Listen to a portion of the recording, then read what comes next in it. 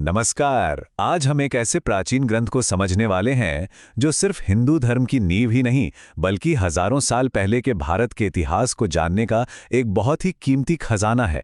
जी हाँ, हम बात कर रहे हैं ऋग्वेद की। तो आज हम क्या क्या जानने वाले हैं?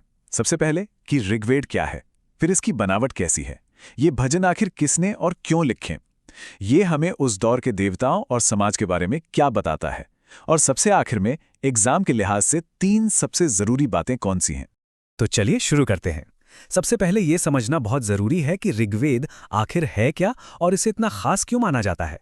तो ऋग्वेद असल में वैदिक संस्कृत में लिखे गए भजनों मतलब स्तोत्रों का एक बहुत बड़ा कलेक्शन है।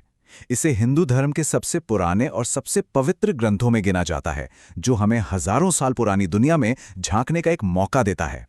जो बात इसे सच में असाधारण बनाती है वो है इसका समय। सोचिए, इसकी रचना लगभग 1700 ईसा पूर्व में हुई थी।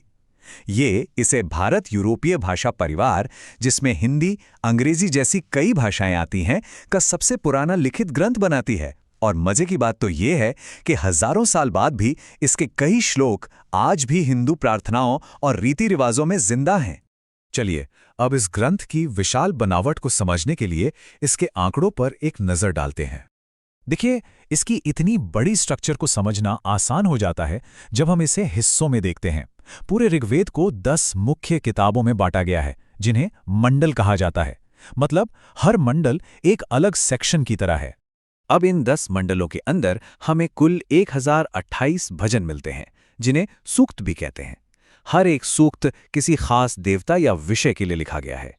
और अगर हम इन सभी भजनों को और भी छोटे हिस्सों में तोड़ें तो हमें कुल 10,600 से भी ज्यादा छंद या श्लोक मिलते हैं। ये नंबर ही इस ग्रंथ की विशालता और गहराई को बताने के लिए काफी है ना? तो सवाल ये उठता है कि ये हजारों भजन आखिर लिखे किसने और इनका मकसद क्या था? आइए अगले हिस्से में इसे समझते हैं। ये बात काफी दिलचस्प है कि ये भजन अलग अलग ऋषियों ने नहीं बल्कि ज्यादातर कुछ खास ऋषि परिवारों ने मिलकर रचे थे। इनमें अंगिरस परिवार का योगदान सबसे बड़ा था। लगभग 35% भजन उन्होंने ही लिखे। उनके बाद नंबर आता है कण्व परिवार का, जिनका योगदान करीब 25% का था। इन भजनों को संस्कृत में सूक्त कहते हैं, जिसका मतलब होता है अच्छी तरह से कहा गया। पर यह सिर्फ खूबसूरत कविता नहीं थी, इनका एक खास मकसद था। इन्हें यज्ञ जैसे धार्मिक अनुष्ठानों में देवताओं को बुलाने के लिए गाया जाता था। ऋग्वेद सिर्फ भजनों का कलेक्शन नहीं है, यह उस दौर के समाज, उनके विश्वासों और ब्रह्मांड को लेकर उनकी समझ को जानने की एक खिड़की जैसा है। ऋग्वेद के देवताओं में इंद्र का दर्जा सबसे ऊंचा था, जिन्हें युद्ध और मौसम का देवता माना जाता था।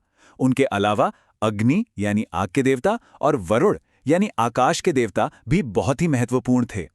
तो हमें यहां देवताओं का एक साफ हायरार्की दिखाई देता है। और जब बात सृष्टि की शुरुआत की आती है तो ऋग्वेद इसका श्रेय प्रजापति को देता है। उन्हें ही पहला ईश्वर और इस पूरी सृष्टि का मूल आधार माना गया है। समाज की बनावट को लेके ऋग्वेद में एक बहुत ही जरूरी कॉन्सेप्ट मिलता है, जिसे कहते हैं वर्ण व्यवस्था। यह समाज को 4 वर्गों में बांटता था: ब्राह्मण, क्षत्रिय, वैश्य और शूद्र। इतिहासकार मानते हैं कि इसी कॉन्सेप्ट ने बाद में भारत की जटिल जाति व्यवस्था की वैचारिक नींव रखी। और हां, एक ऐसी चीज जो आज भी करोड़ों लोगों की जिंदगी का हिस्सा है, वो विश्व प्रसिद्ध गायत्री मंत्र। उसकी जड़ें भी ऋग्वेद में ही हैं।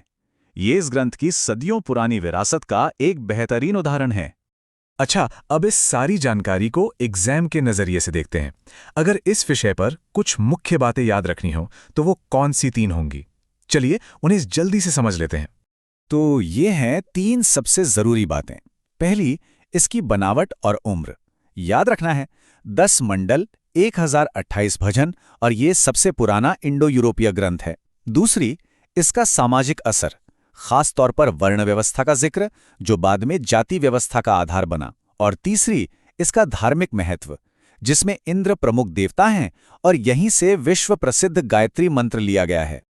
और आखिर में यह हमें एक बड़े सवाल पर लाकर छोड़ देता है कि आखिर कैसे लगभग 3700 साल पुराना एक ग्रंथ आज भी हमारे समाज, हमारे रीति रिवाजों और हमारी सोच पर इतना गहरा असर डालता है। यही सवाल ऋग्वेद की कभी ना खत्म होने वाली विरासत का सबसे बड़ा सबूत है।